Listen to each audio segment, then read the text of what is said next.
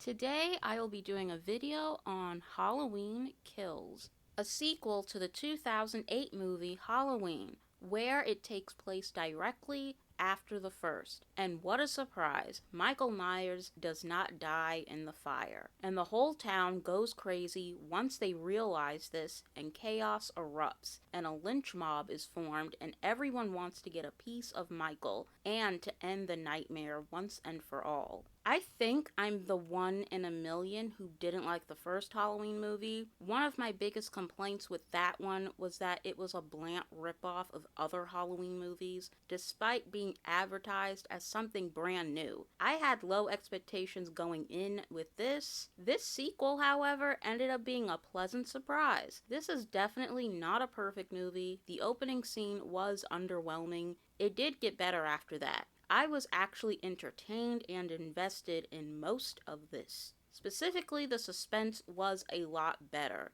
The kill scenes are a lot better. There was even a part that made me jump because I was nervous. Whereas the first movie, I was numb throughout most of it. I also like the fact that it wasn't over the top gore. Like the first one, they really dialed it back while still showing what's going on. The fact that they didn't show too much of Laurie Strode impacted the film in a positive way, because the way she's written in these movies, she's really bland and shrill. Her acting is really not good, and I don't like her daughter or the granddaughter. I don't like them as people, as characters, and it got so bad during the ending. I was rooting for Michael. Like, yes, baby, get him. I am rooting for you. I was so happy when the movie didn't focus on teenagers or the Strode family, because that was the weakest thing about the first one. We get very small doses of them here and there, and every time they show up,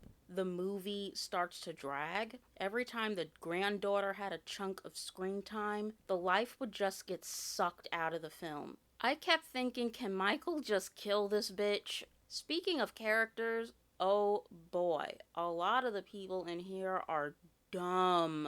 And if you watch my videos, you know I'm pro black, so I'm always going to root for the black characters no matter what. But the black people here made the dumbest decisions imaginable, to the point where I was like, okay, they deserved it. Like, instead of making a run for it, they decide to help the person getting attacked by Michael, even though the person got stabbed 50 freaking times. And there's no saving them. Or unlocking the front door but not running out and just staring off into space for 20 seconds, giving Michael time to catch up with you. When I saw that, I was like, fuck it. Like, these characters are just so lost.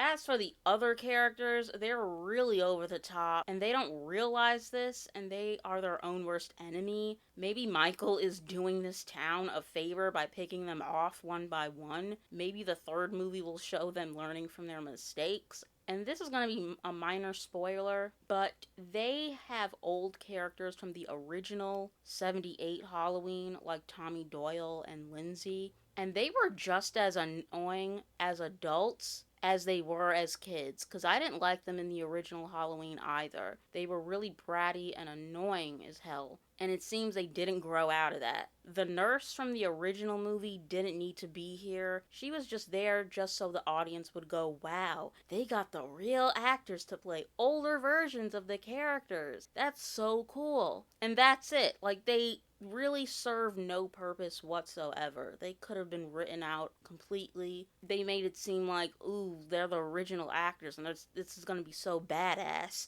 And then it doesn't end that way at all. But overall, I give this a 6.5 out of 10. Not quite a 7, because again, I did have some problems with it, but it was very entertaining compared to the first one. So yeah, 6.5 out of 10, and I do recommend.